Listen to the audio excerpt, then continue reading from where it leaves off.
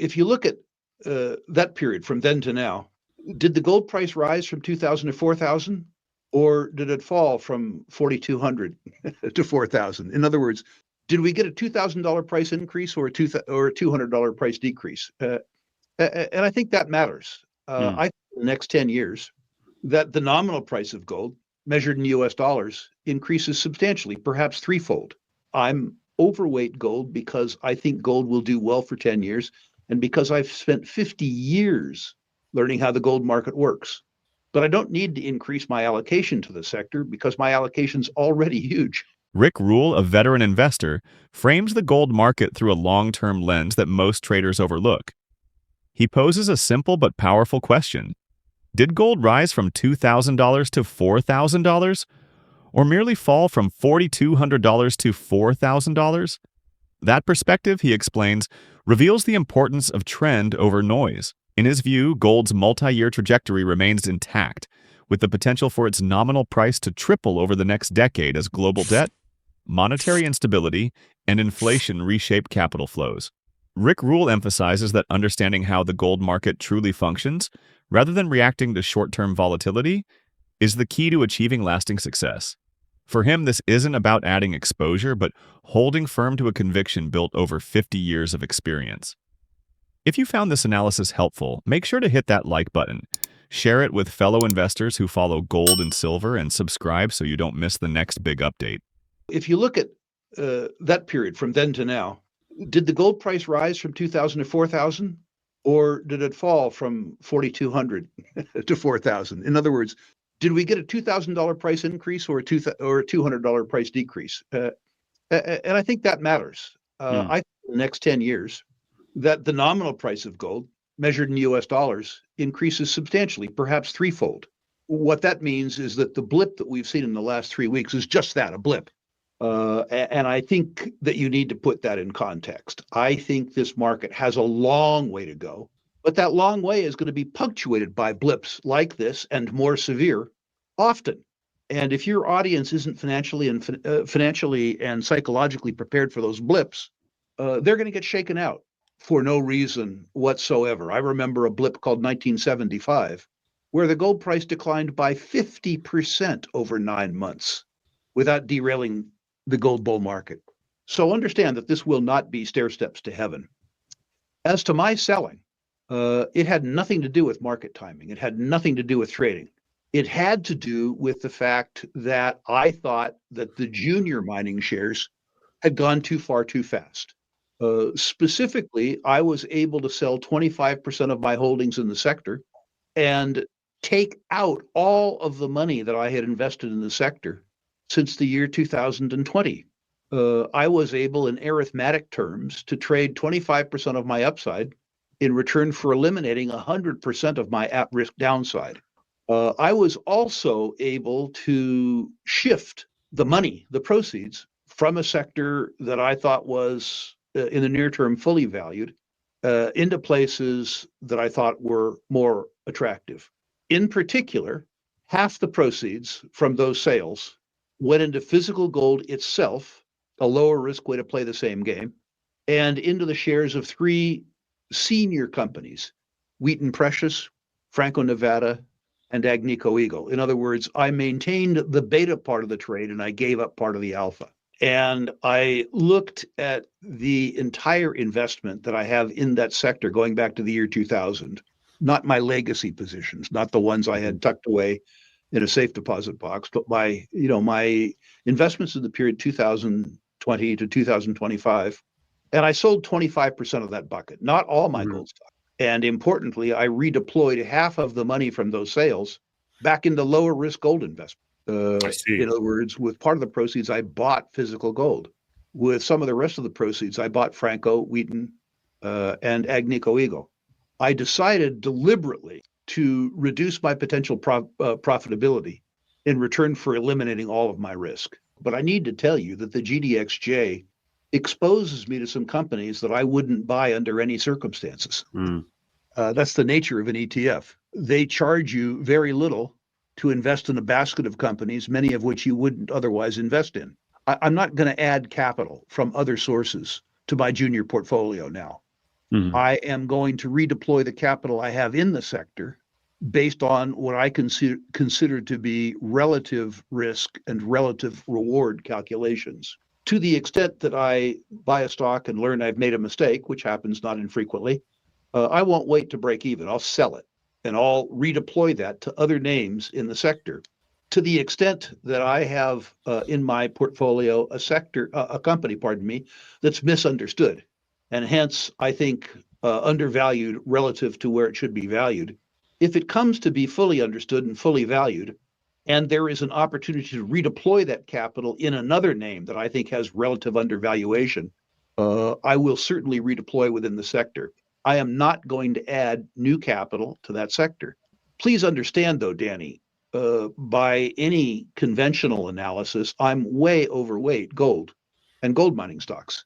If a financial analyst were to look at my portfolio, he'd say, Rick, you're out of your mind to own any juniors, and you're out of your mind to own any gold. You're the largest shareholder of Sprott. Sprott is a brand name for money management and gold. If the gold price goes up, Sprott's going to do fine. You're stupid to own anything other than Sprott. I'm overweight gold because I think gold will do well for 10 years and because I've spent 50 years learning how the gold market works. But I don't need to increase my allocation to the sector because my allocation's already huge. What's amusing is that most of the noise about gold is still from within the gold community. Mhm. There is still a huge part of the population, the generalist investor, and I'm including institutional investors in this, who are underweight gold.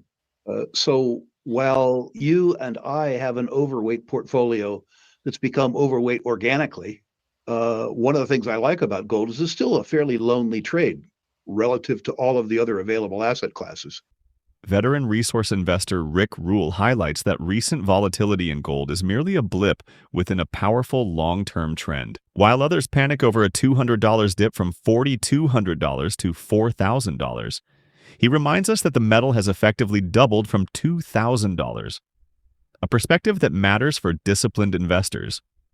Rule expects the nominal price of gold, measured in US dollars, to triple over the next decade, though not without sharp corrections along the way. Those psychological and financial blips, he says, are designed to shake out weak hands. His own strategy remains unchanged, maintaining heavy exposure to gold, rebalancing intelligently, and reducing risk, not abandoning conviction. For Rule, the gold market's strength lies in its endurance, not its headlines. Let's get into the interview. Well, I think that's the most important chart you show me today. That tells me that the market is beginning to reassert control over the long bond, not the Fed. Mhm. You suggest decrease in the short rate would, in a normal market, lead to a decrease in the long rate. What you're seeing is the market saying that by agreeing to a rate cut in a fairly strong economy, that U.S.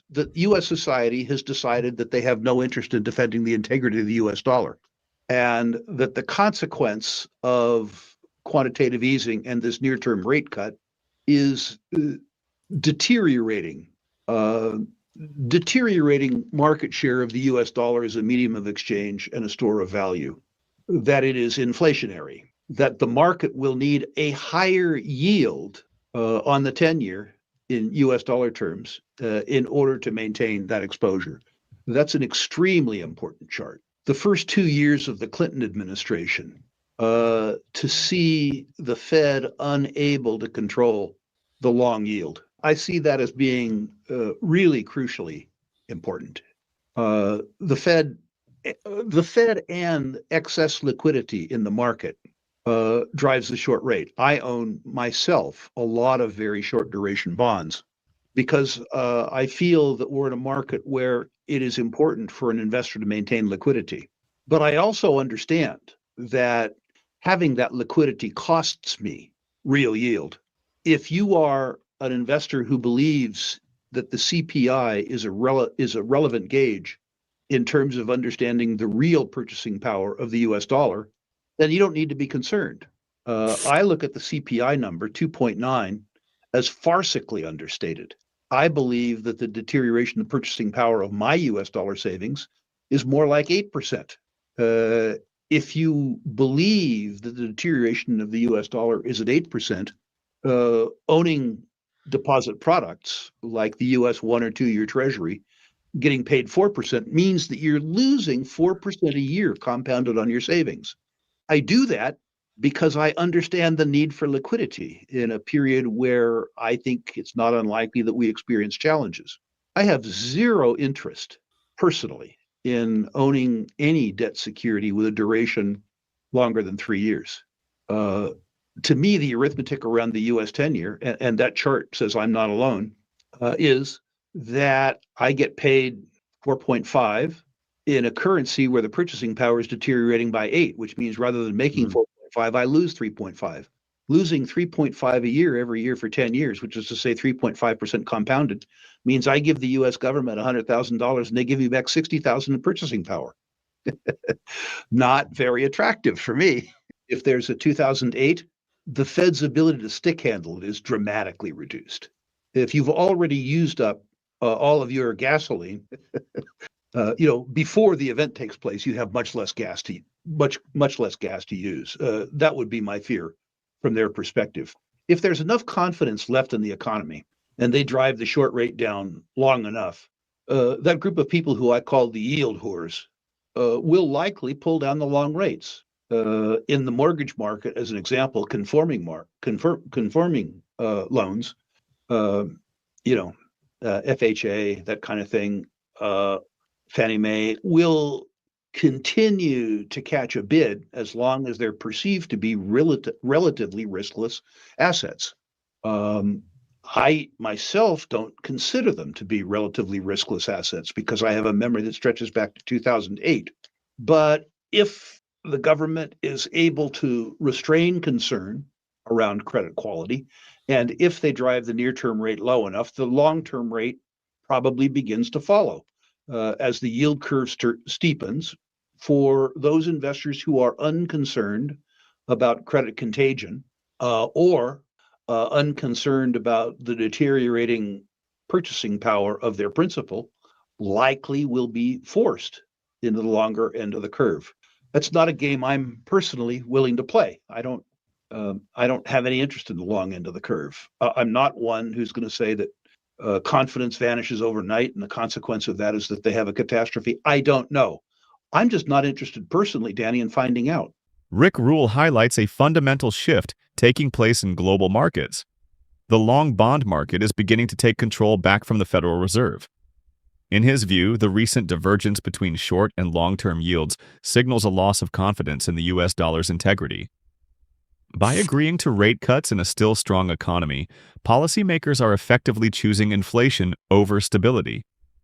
Rule warns that investors are now demanding higher yields to compensate for the dollar's declining purchasing power, which he believes is eroding closer to 8% annually, not the 2.9% the CPI claims. For him, long-duration bonds are a trap. Real losses disguised as income, and the Fed's dwindling tools leave the system dangerously exposed.